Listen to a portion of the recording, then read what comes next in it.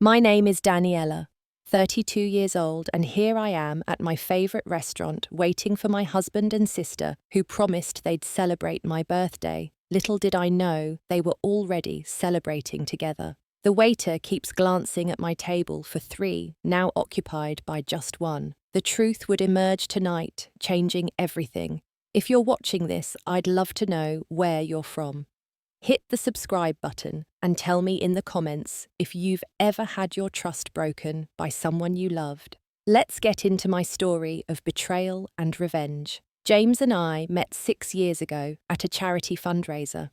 I was handling the event's marketing while he was there representing his architecture firm. He approached me with a genuine smile and a clever comment about the venue's design that made me laugh. There was something about his confidence and warmth that drew me in immediately. We talked all night, and by the end of the event, I knew there was something special between us. Our relationship moved quickly. Within 6 months, we were inseparable. James was everything I had dreamed of in a partner: attentive, ambitious, and kind. He surprised me with weekend getaways to the mountains, remembered little details about my preferences, and always made me feel like the most important person in his world. After a year and a half of dating, he proposed during a sunset picnic at the beach, where we had our third date. Our wedding was small but perfect. My younger sister Megan was my maid of honor. She gave the most beautiful toast about how she had always looked up to me and how James was the brother she never had. I remember crying happy tears as she spoke, grateful that the two people I loved most in the world adored each other too. Megan and I had always been close despite our 5-year age gap. When our parents divorced during her teenage years, I became something of a surrogate parent to her. I helped her navigate high school drama, celebrated her college acceptance, and was her shoulder to cry on through heartbreaks. She was more than my sister. She was my best friend. James embraced Megan as family from the beginning. He would include her in our weekend plans, offer career advice as she finished college, and even helped her move into her first apartment. I was touched by how he went out of his way to build a relationship with her. It seemed like perfect evidence that I had married the right man. After our wedding, James and I built a beautiful life together. We both thrived in our careers, me as a marketing director for a sustainable products company, and James as a senior architect at a prestigious firm. We bought a charming 3-bedroom house in a quiet neighborhood and spent weekends renovating it together, turning it into our dream home with a modern kitchen, cozy reading nook, and backyard garden. We had plans for the future too. We had started trying for a baby about 6 months before my birthday disaster. We had converted one of the spare bedrooms into a home office, but talked about how it would eventually become a nursery. James had even sketched designs for a crib he wanted to build himself. We spent evenings discussing potential names and debating parenting philosophies. Our future seemed bright and certain. Megan remained a constant fixture in our lives. After graduating with her graphic design degree, she landed a job at a small local agency. She lived about 20 minutes from us in a small apartment with a roommate. Every Sunday, she would come over for dinner, bringing dessert and stories about her dating adventures or workplace drama. These dinners became a cherished tradition. Sometimes we would play board games or watch movies afterward, the three of us laughing and bonding late into the night. James and Megan developed their own unique friendship. They shared a similar sense of humour and would often team up against me during game nights. They both enjoyed photography and would sometimes go on photo walks together on Saturday mornings while I took my yoga class. I never thought twice about their closeness. In fact, I was grateful for it. How lucky was I to have a husband and sister who got along so well. Things changed about 8 months before my birthday. Megan went through a painful breakup with her boyfriend Tyler. They had been together for 3 years, and everyone, including Megan, thought they were heading toward marriage. Then one day, Tyler simply told her he had not felt the same way for months and ended things. Megan was devastated. She showed up at our doorstep in tears, and without hesitation, James and I welcomed her in. For 2 weeks, Megan stayed in our guest bedroom. I took time off work to comfort her, and James went out of his way to cheer her up. He would bring home her favourite ice cream download movies he knew she would enjoy and sit with her on the porch in the evenings, listening to her process her feelings. At the time, I was touched by his compassion and support. I even remember telling my friend Lisa how lucky I was to have such a caring husband. After Megan returned to her apartment, more bad news followed. The small design agency where she worked lost its biggest client and had to lay off half the staff, including Megan. With no income and still emotionally fragile from her breakup, she struggled to pay rent. When her roommate decided to move in with her boyfriend, Megan faced the prospect of being both heartbroken and homeless. It was James who suggested that Megan move in with us temporarily until she got back on her feet. I agreed without hesitation. Our second spare bedroom was barely used, and I was happy to help my sister through this difficult time. Megan moved in with her modest belongings, promising it would just be for a few months until she found a new job and saved up for a place of her own. The first few weeks of our new living arrangement were pleasant. Megan took over cooking duties to contribute to the household, and we fell into a comfortable routine. She seemed grateful and made efforts to respect our privacy. James was supportive and patient, never complaining about having an additional person in our space. In those early days, I felt proud of our little family unit and how we supported each other through hardship. Little did I know that this act of kindness would set the stage for the ultimate betrayal. As Megan settled into our home, subtle shifts in dynamics began to occur.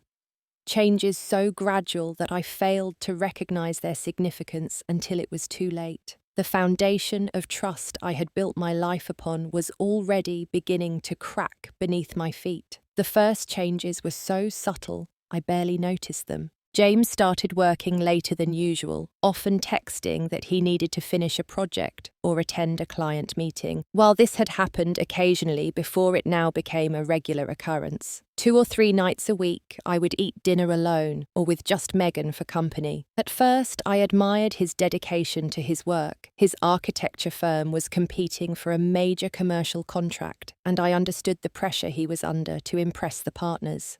Then came the phone calls. James, who had always been casual about his phone, began taking calls in another room or stepping outside to speak. When I asked who had called, his answers were vague, just work or nothing important. Once I walked into the kitchen to find him quickly ending a call, his voice dropping to a whisper when he noticed me. He smiled too widely and asked what I wanted for dinner, an obvious attempt to change the subject. His phone became a fortress. Previously, we had each other's passwords and would casually use each other's devices if one was closer or had better battery life. Now James changed his password and kept his phone face down or in his pocket. When I asked about it casually, he claimed it contained sensitive client information. The explanation seemed reasonable, but something in his delivery felt off. James also began paying more attention to his appearance. He bought new clothes, more stylish and expensive than his usual practical wardrobe. He started going to the gym more regularly and even tried a new haircut. When I complimented him, he seemed almost nervous, mumbling something about professional appearance being important for client meetings. Meanwhile, Megan was changing too. Despite being unemployed for several months, she suddenly had money for shopping trips. She came home with bags from high-end stores, filling her closet with designer dresses and shoes. When I asked how she could afford these items, she mentioned freelance projects, but was vague about details. I offered to help her find more stable work through my professional contacts, but she always declined, saying she was exploring her options. Megan's attitude toward me shifted in subtle ways. She began spending less time with me and more time in her room. Our sister heart-to-hearts, once frequent and intimate, became rare and superficial. She would check her phone constantly while we talked, smiling at messages, but hiding the screen when I glanced over. Perhaps most telling were the moments I would walk into a room to find James and Megan deep in conversation that would abruptly stop. They would jump slightly apart as if I had caught them standing too close. James would immediately bring up something work-related, while Megan would suddenly remember a task she needed to complete in another room. One Saturday afternoon, I came home early from lunch with a friend to find James and Megan sitting close together on the couch, looking at something on his phone. They sprang apart when I entered, and James quickly pocketed his phone. Megan announced she was going shopping and left within minutes. When I asked James what they were looking at, he claimed it was just some architectural designs he wanted her graphic design opinion on. The first concrete evidence came about 2 weeks before my birthday. James had fallen asleep on the couch after coming home late from work. His phone lying on the coffee table lit up with a text notification. Without thinking, I glanced at it and saw a message preview that made my stomach drop. "Can't wait to see you tomorrow. Miss your touch." The sender was saved simply as M. I stood frozen, staring at the message until the screen went dark again. M could only be Megan, my sister, my best friend. I wanted to grab the phone to wake James and confront him immediately. Instead, I retreated to our bedroom, mind racing with possibilities and explanations. Perhaps I had misunderstood. Perhaps there was an innocent explanation. The alternative was too painful to consider. The next day, I found myself watching them with new awareness, noticing how their eyes lingered on each other when they thought I wasn't looking. I observed how James would find excuses to touch Megan's shoulder or hand the way Megan would blush when he entered a room. Had these signals always been there, and I had been too trusting to see them, I began to hear fragments of whispered conversations. Once passing by Megan's bedroom, I heard her say, "She doesn't suspect anything." Another time, I overheard James in the backyard on the phone. "We need to be more careful." I know. I feel the same. When he saw me, he quickly ended the call and claimed it was a contractor. Despite these signs, I still tried to deny what was happening. I made excuses in my mind. Perhaps James was planning a surprise for my upcoming birthday, and Megan was helping. Perhaps Megan had a new boyfriend she wasn't ready to tell me about, and James was giving her advice. I desperately wanted to believe anything other than the truth that was becoming increasingly clear. I tried to reconnect with James, initiating date nights and intimate moments. He participated, but something was missing. His mind seemed elsewhere, and there was a guardedness in his interactions with me that had never existed before. When I asked if everything was okay between us, he would kiss my forehead and say, "Of course, why wouldn't it be?" But his eyes wouldn't meet mine when he said it. With my birthday approaching, I decided to push aside my suspicions and focus on celebrating. I suggested dinner at La Terrasse, my favourite French restaurant downtown. James agreed enthusiastically, even suggesting we invite Megan to join us. I was touched by the gesture, seeing it as evidence that perhaps my fears were unfounded. We made reservations for 3 at 7:00 p.m. and I looked forward to the evening as a chance to strengthen our bonds and perhaps dispel the growing tension I felt in our home. In the days leading up to my birthday, I threw myself into planning the perfect outfit, even splurging on a new dress, thinking that perhaps putting extra effort into my appearance would reignite James's attention. I scheduled a salon appointment for the day of my birthday, getting my hair and nails done. I wanted everything to be perfect, as if creating a flawless evening could somehow restore what I feared was slipping away from me. The morning of my birthday arrived with a sense of hope and anticipation. I had no idea that by the end of the day, my marriage, my relationship with my sister, and everything I thought I knew about my life would be shattered beyond repair. I woke on the morning of my birthday to an empty bed. The space beside me where James should have been was cold, indicating he had been gone for some time. I checked my phone, hoping for a sweet birthday message, and found a text from him sent at 5:30 a.m. "Had to go in early for emergency client meeting. Sorry to miss birthday morning. We'll make it up tonight at dinner. Love you." The message seemed reasonable, James had mentioned the day before that his firm was in the final stages of a major bid. Still, a pang of disappointment hit me. In previous years, James had always made my birthday mornings special with breakfast in bed or small gifts hidden around the house. This year, just a text. I made myself coffee and scrolled through birthday wishes on social media. Megan had posted a throwback photo of us with the caption, "Happy birthday to the best big sister. Can't wait to celebrate tonight." Love you. The public display of affection contrasted sharply with her recent distant behaviour at home. Still, I felt a glimmer of hope that perhaps tonight would heal whatever had come between us. I spent the morning at a salon getting pampered with a birthday gift certificate James had given me last Christmas. As the stylist worked on my hair, I chatted about my dinner plans, saying how excited I was to spend the evening with my husband and sister. The words felt hollow as they left my mouth, but I pushed down my doubts.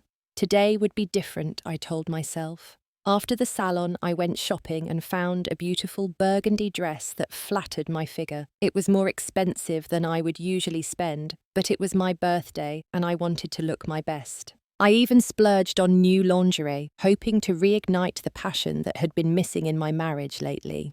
Throughout the day, I received texts from friends and family, but nothing more from James. Megan sent a brief message at noon. "Happy birthday again. Not feeling great today, but taking medicine and resting, so I'll be perfect for tonight. Love you," I replied immediately, asking if she needed anything, but received no response. By late afternoon, I was home and getting ready. I took extra care with my makeup, styled my freshly done hair, and put on my new dress. Looking in the mirror, I felt beautiful and momentarily confident. Surely James would notice. Surely tonight would remind us of what we had. At 6:30 p.m, I called James to coordinate meeting at the restaurant. The call went to voicemail. I texted him, "Heading to La Terrasse now.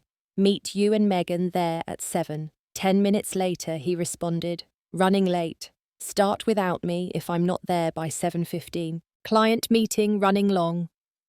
I tried calling Megan next. No answer. A text arrived moments later. "So sorry, feeling worse. Might be a bit late. Order appetizers for us." Something cold settled in my stomach. Their simultaneous unavailability, the similar texting patterns instead of calls, the vague excuses. I pushed the thoughts away, grabbed my purse, and drove to the restaurant, determined to salvage my birthday.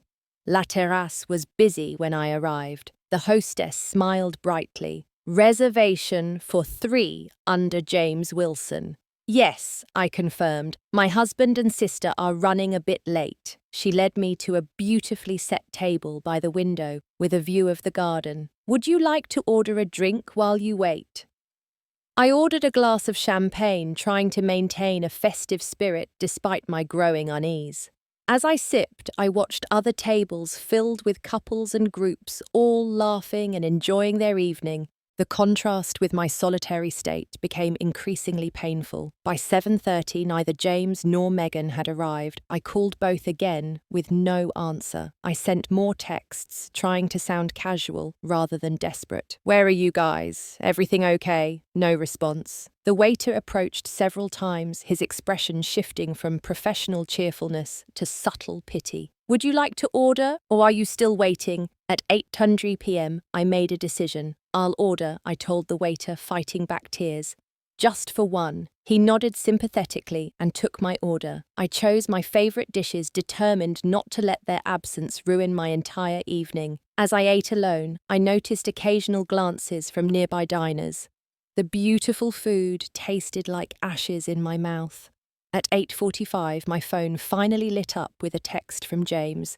"So sorry. Meeting turned into dinner with clients. Can't get away. Save me some dessert at home." No mention of my birthday dinner. No explanation for why he couldn't even call. Minutes later, Megan texted, "Threw up twice. Taking NyQuil and going to sleep. So sorry to miss your B-Day dinner. We'll make it up to you."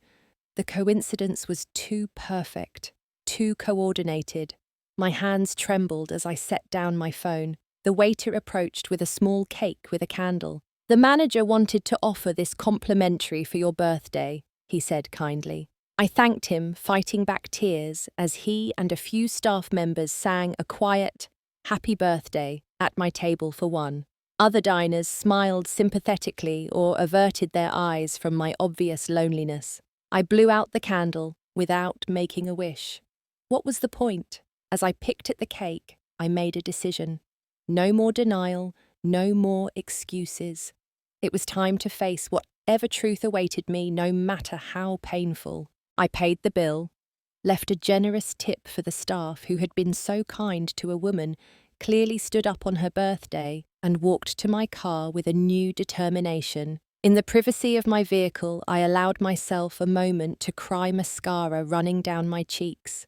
Then I wiped my tears, started the engine, and began planning my next move. They thought I was at dinner safely out of the way. They had no idea I was about to discover exactly what kind of birthday surprise they had planned behind my back. Sitting in my car outside La Terrasse, I took several deep breaths to clear my head. If James and Megan were lying about where they were, I needed proof. I couldn't confront them with just suspicions and coincidences. First, I tried something I had never done before. James and I shared our email passwords for practical reasons, though he had recently changed his phone password. I opened my laptop, which I kept in the car for work emergencies, and logged into his email account. My hands shook as I typed his password, part of me hoping I wouldn't find anything suspicious. In his inbox, nothing immediately stood out until I searched for Megan's name. Several emails appeared from the past 2 months with vague subject lines like plans and update. I clicked on the most recent one from 3 days ago. Reservations confirmed for Friday night, 8 p.m. Room will be ready at 7. Can't wait to have you all to myself for her birthday. She'll never suspect a thing. My stomach lurched. The email included a confirmation for a suite at the Grand Hotel, one of the most luxurious hotels downtown, a hotel room, on my birthday. While I sat alone at a restaurant, I needed more evidence. I remembered that about 6 months ago I had installed a location sharing app on both our phones after James had gotten lost on a hiking trip. We had never disabled it, though we rarely checked each other's locations. I opened the app, praying he hadn't turned off his location services. The map loaded and there it was, James's location marker blinking steadily at the Grand Hotel, not at his office, not with clients. I zoomed in and saw the precise location was on the hotel's 11th floor. My hands trembled so badly I could barely hold my phone. I had one more idea. 2 years ago, for security purposes, James had set up our accounts to forward important bank notifications to both our emails. I checked my email and sorted by our bank's name. There it was, a notification from this afternoon. Your credit card was charged $725 at the Grand Hotel. $725 for a hotel room. While I ate birthday cake alone, I sat in silence for a full minute, allowing the reality to sink in. My husband and sister were together at a luxury hotel on my birthday, while I had been left to celebrate alone. The betrayal was so complete, so calculated, that it took my breath away. I had 2 choices: confront them immediately at the hotel or gather more evidence first. My legal training from my brief time in law school before switching to marketing kicked in. If this ended in divorce, which seemed increasingly likely, I would need proof of infidelity. I drove toward the Grand Hotel, my mind racing with possibilities. The hotel was about 20 minutes from the restaurant. During the drive, I received another text from James. How was dinner? Heading home soon? I responded casually. Just finishing dessert. Take your time with your clients. Let him think I suspected nothing. Megan texted too. Feeling any better? I asked, playing along with her sick charade. Still awful. Don't come check on me, might be contagious. Talk tomorrow. The blatant lie made me laugh bitterly. I pulled into the Grand Hotel's parking garage and found a spot near the entrance. The opulent lobby was bustling with well-dressed guests and attentive staff. I approached the front desk, wondering what I would say. The truth seemed best. "Hello," I said to the receptionist, a young man with a kind face. "My name is Daniela Wilson. I believe my husband, James Wilson, checked in earlier today." The receptionist typed on his computer. "Yes, Mr. Wilson is in suite 1142. Would you like me to call up to the room?" "Actually," I lowered my voice, "it's my birthday and I think he's planning a surprise. I'd rather not spoil it. Could I possibly get a key? I'd like to surprise him instead." I showed my driver's license with my matching last name. The receptionist hesitated. "I'm not supposed to—" I leaned in, fighting to keep my voice steady. "Please, it's my birthday and I haven't seen him all day." Something in my expression must have communicated my desperation. He glanced around, then quietly prepared a key card. "Suite 1142, he whispered, sliding the key across the counter. "Elevators are to the right." "Thank you," I said sincerely. "You have no idea how much this means to me." In the elevator, I considered my options. Part of me wanted to burst into the room and catch them in the act, but another part, the part that would need to live with the aftermath, knew that a more strategic approach would serve me better. When the elevator reached the 11th floor, I stepped out and followed the signs to suite 1142. Standing before the door, I could hear faint music and laughter from inside. I recognized Megan's distinctive laugh, followed by James's deeper chuckle. I held the keycard ready to swipe it when I realized I wasn't emotionally prepared to see whatever was happening behind that door. The images that would be seared into my memory could haunt me forever. Did I need that level of confirmation? Instead, I took out my phone and began recording audio, holding it close to the door. Their voices became clearer. "She has no idea," James was saying. "Totally bought the client meeting story." "I feel a little bad," Megan replied. "It is her birthday. We'll make it up to her another time. Tonight is ours." I heard the clink of glasses, more laughter. "I've been waiting all day to get you alone," James continued. "Having you in the house but not being able to touch you is driving me crazy."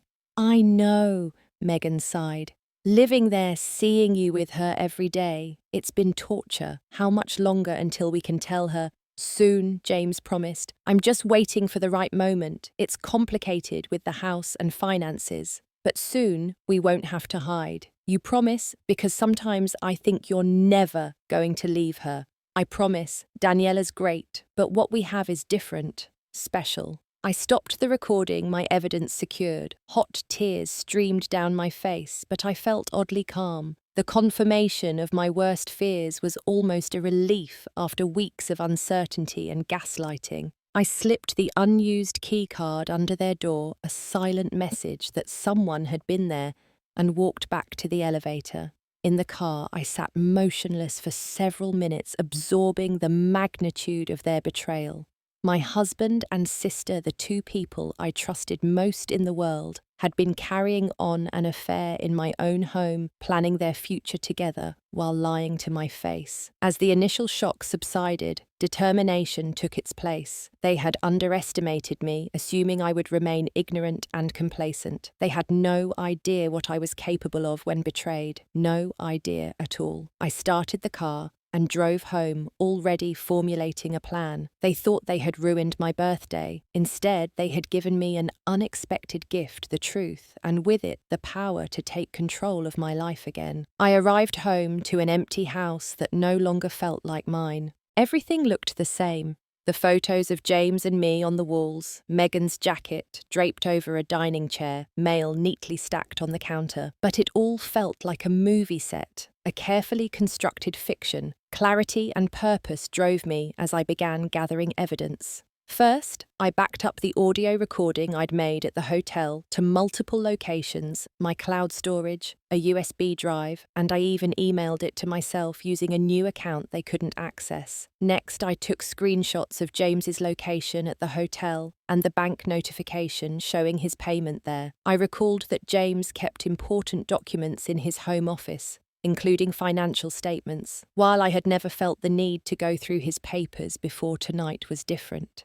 In his desk, I found recent bank statements showing significant cash withdrawals over the past 3 months, totaling nearly $15,000. Our savings account, meant for a down payment on a larger home where we plan to raise children, had been systematically drained. In another drawer, I discovered a brochure for apartments in the trendy downtown district with 1 unit circled. Was this where they planned to live after leaving me? There was also a business card for a divorce attorney with an appointment written on the back for next week. So James had already begun planning his exit strategy.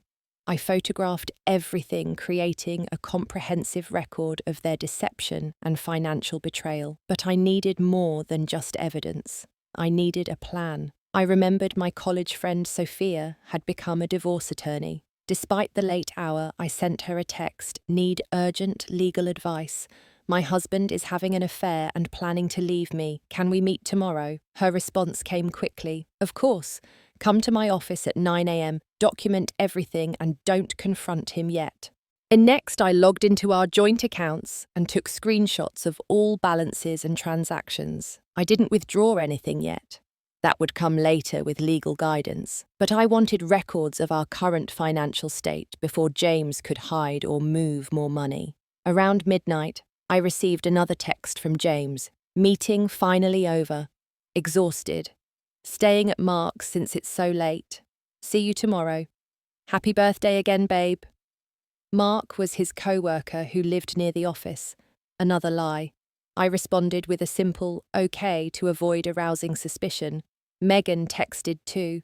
"Hope you had a good birthday dinner despite us bailing, still feeling awful. Might stay with a friend tomorrow to avoid getting you sick." I almost laughed at how easily the lies came to them now. I replied, "Feel better. Take care of yourself." Let them think I remained oblivious.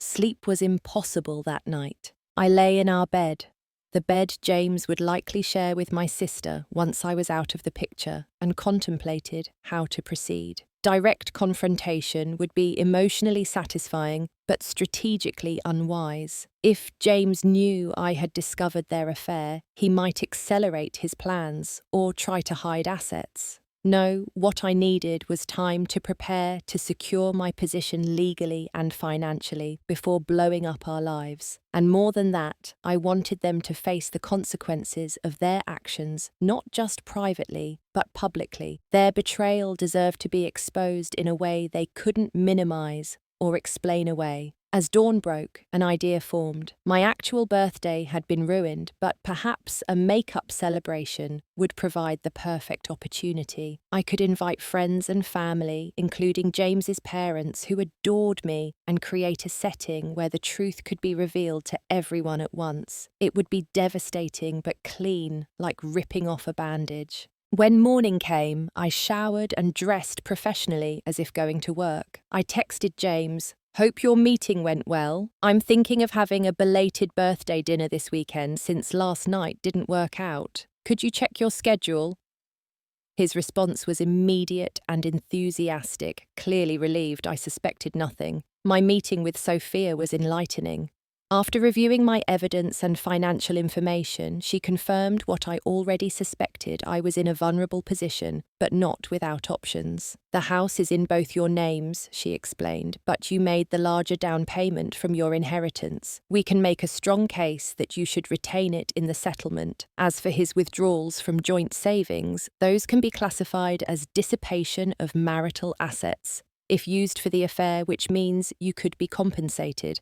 She helped me draft a plan, secure copies of all financial documents, open separate bank accounts, inventory, valuable possessions, and prepare for temporary, exclusive possession of our home once everything was revealed. By the time I left her office, I had a roadmap for the difficult days ahead and had officially retained her as my attorney. Over the next 3 days, I executed each step methodically. I opened a new bank account at a different institution and transferred a portion of my recent bonus there funds that were clearly mine alone. I photographed every valuable item in our home, and created a spreadsheet documenting when each was purchased and by whom. I gathered all our tax returns, property documents, and investment statements, making copies for Sophia. Meanwhile, James and Megan continued their charade. James came home the day after my birthday with an expensive necklace claiming it was a belated birthday gift he had picked up during lunch. I accepted it with a convincing smile, wondering if he had purchased it at the hotel gift shop. Megan recovered from her illness and brought me flowers, gushing about how sorry she was to miss my birthday dinner. I announced my plan for a belated birthday celebration on Saturday night at our home. Nothing fancy, I assured them, just a small dinner with close friends and family. Both readily agreed, perhaps seeing it as further evidence that I remained blissfully ignorant. As I made arrangements for catering and sent invitations to about 20 guests, including both our parents, I felt a strange calm settle over me. The pain and shock had transformed into something harder and more focused. They had taken my trust and used it against me. Now I would use their complacency against them. By Friday night, everything was in place. The catering was confirmed, guests had RSVP'd, and my presentation was prepared on a USB drive, ready to be displayed on our living room television. I had packed essential items in a suitcase hidden in my car trunk, preparing for the possibility that I might not want to spend another night in this house after everything exploded. James and Megan seemed oblivious, even helping with party preparations. James hung decorations while Megan arranged flowers, all while exchanging secret glances they thought I didn't notice. Their confidence in their deception only strengthened my resolve. Saturday arrived, the day of reckoning. As I prepared for the evening ahead, I looked at myself in the mirror and hardly recognized the woman staring back. She looked the same on the surface, but underneath, everything had changed. She was no longer the trusting wife who believed in her husband's devotion or the loving sister who thought blood bonds were unbreakable. This new woman was forged in betrayal, but not broken by it, and tonight she would reclaim her power, her dignity, and her future from those who had tried to steal it from her. Saturday evening arrived with a sense of finality. I dressed carefully in a black cocktail dress different from the burgundy one I had worn to my birthday dinner alone. My hair was pulled back in a sleek style, makeup perfect but understated. I wanted to look strong, not like a victim. James commented appreciatively as I emerged from our bedroom. "You look beautiful," he said, kissing my cheek. "Happy belated birthday." Megan arrived early, supposedly to help with last-minute preparations. She hugged me tightly. "This is going to be so much better than that restaurant dinner you had to eat alone," she said, her false sympathy turning my stomach. "Yes," I replied with a smile that didn't reach my eyes. "I think everyone will remember this night for a very long time." The caterers arrived, setting up an elegant buffet in our dining room. I had ordered all of James's favourite foods, a detail he noted with pleasure. "You thought of everything," he said, squeezing my shoulder affectionately. His touch, once comforting, now made my skin crawl. By 7 o'clock, guests began arriving. James's parents, Robert and Carol, came first, with an expensive bottle of champagne and effusive apologies for missing my actual birthday. My father and his new wife followed, then a stream of friends and colleagues. James played the perfect host, charming and attentive, while Megan flitted about taking photos and refreshing drinks. I moved through the room with practiced ease, accepting birthday wishes and making small talk while internally counting down to the moment I had planned. Everyone commented on what a lovely couple James and I were, how lucky I was to have such a supportive sister. Each compliment was a knife twist, but I maintained my composure. After dinner, when everyone had eaten and the first round of drinks had loosened the atmosphere, I stood and tapped my glass for attention. The room quieted, all eyes turning to me. "Thank you all for coming to celebrate my belated birthday," I began, my voice steady despite my racing heart. "It means so much to have everyone I love in one room." James stood beside me, his arm around my waist. Megan sat nearby, smiling up at us. The picture of family harmony. Before we have cake, I wanted to share something with you all, I continued. James and Megan have given me a truly unforgettable birthday gift this year, and I think it's only fair that everyone gets to appreciate it.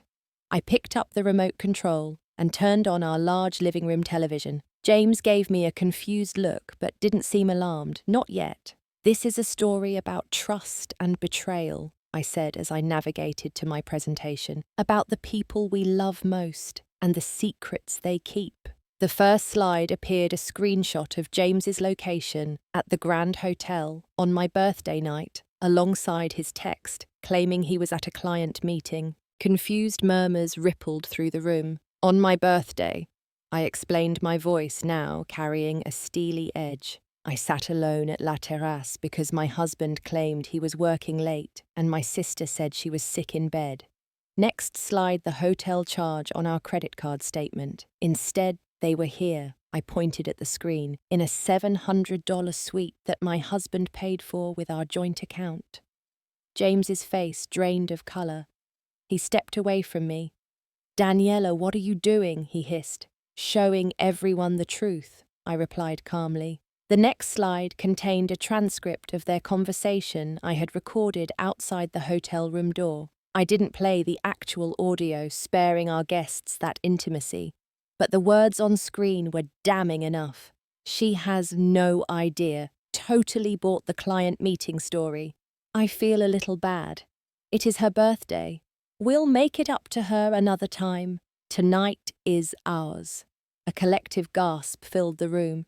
James's mother covered her mouth in shock. My father stood, his face darkening with anger. These are the words my husband and sister exchanged while I ate birthday cake alone. I said, my voice breaking slightly before I regained control. But there's more. The next slides detailed the financial evidence, James's cash withdrawals, the apartment brochure, the divorce attorney's business card. While pretending to love me, my husband was emptying our savings account and planning to leave me. While living in my home, my sister was sleeping with my husband and plotting their future together. James stepped forward, his face contorted with anger and embarrassment. Enough, he shouted. Turn that off. No, I said firmly. Everyone needs to see who you really are. Megan had shrunk into her chair, tears streaming down her face. She made no attempt to deny anything. Daniela, James lowered his voice, aware of our audience. We can talk about this privately.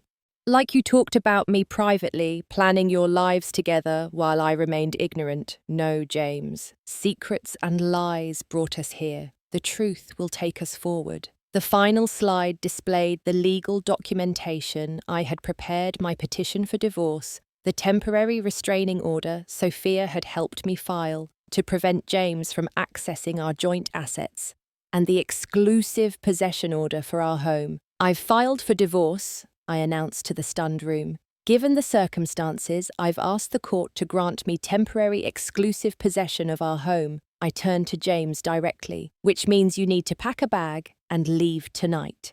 Chaos erupted. James's parents approached him, his mother crying, his father demanding explanations.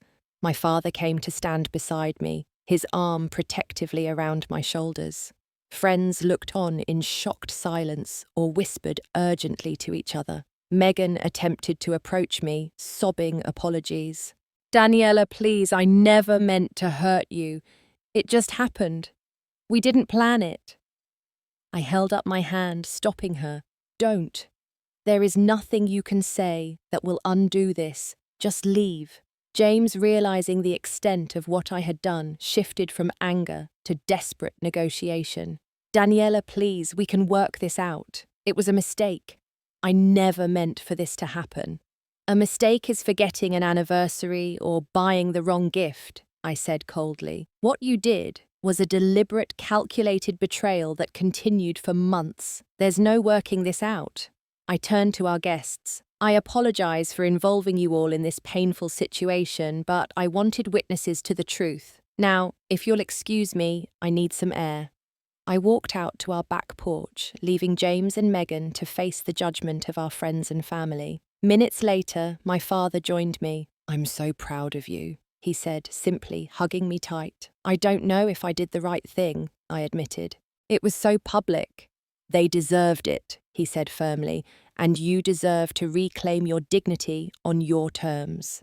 Eventually, most guests left offering awkward but sincere support as they departed. James's mother stopped to embrace me, tears in her eyes. "I'm so sorry," she whispered. "This isn't how we raised him." James, under the stern eye of his father, packed a suitcase in silence. Before leaving, he made one last attempt. "This isn't over," he said, standing in our doorway. "We have a life together, a history." "Had," I corrected him. "We had a life together. Now we have lawyers." Megan was the last to leave, her face swollen from crying. "I know you hate me right now," she said, "and you have every right to, but you're my sister. I hope someday—" "Goodbye, Megan," I interrupted, closing the door on her unfinished sentence.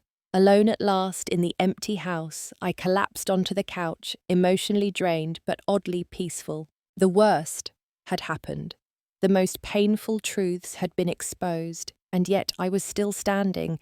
I had faced their betrayal, not as a helpless victim, but as a woman in control of her response. Tomorrow would bring new challenges, legal proceedings, financial negotiations, explanations to more distant friends and colleagues. But tonight, I had reclaimed my birthday and my power from those who had tried to take it from me, and that was a gift only I could give myself. The weeks following that explosive night were a strange mixture of painful endings and tentative new beginnings. The morning after the party, I woke to dozens of messages from friends and family expressing support and outrage on my behalf. James had tried calling repeatedly, his voicemails evolving from angry to pleading. I didn't respond to any of them, following Sophia's advice to communicate only through our attorneys.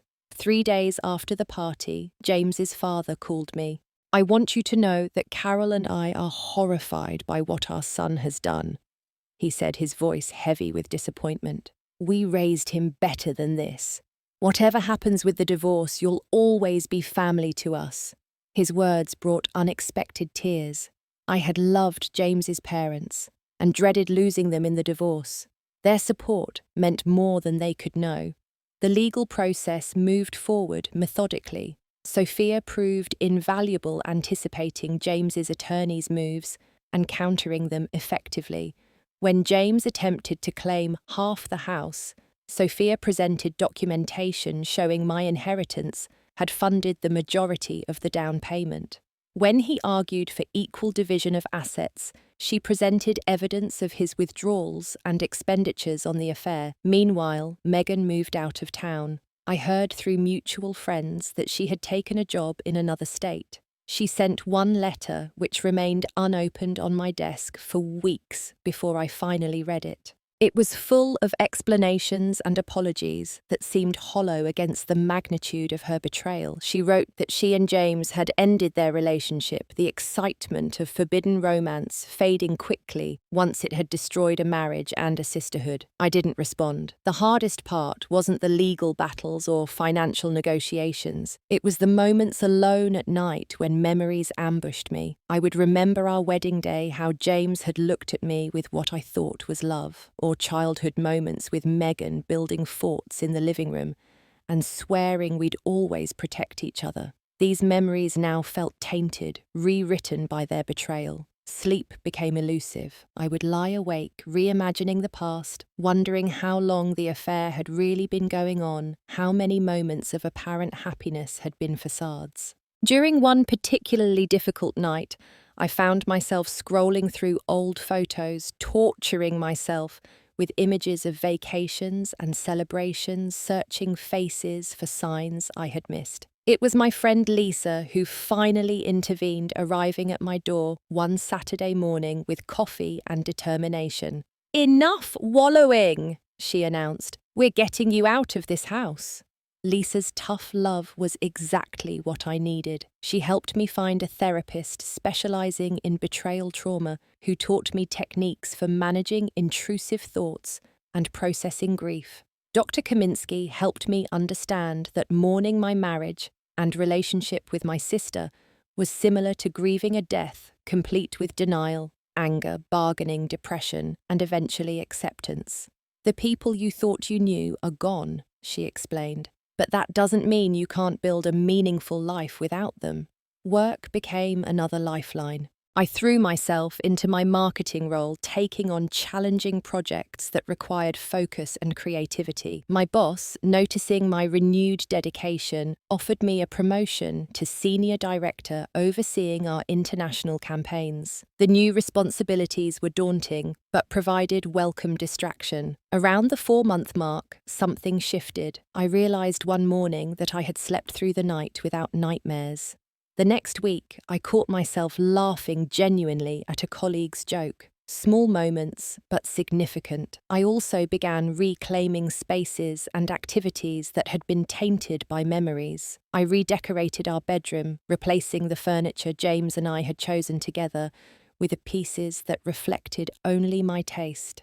I returned to La Terrasse this time with friends, creating new memories to overlay the painful one of my solitary birthday dinner.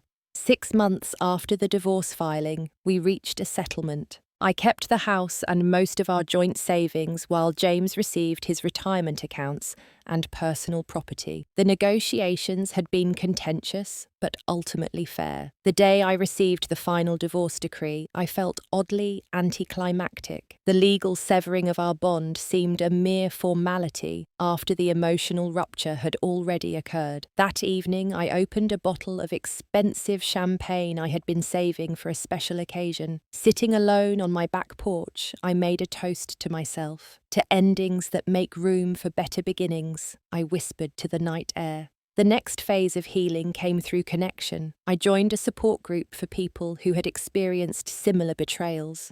Hearing others' stories helped contextualize my own experience.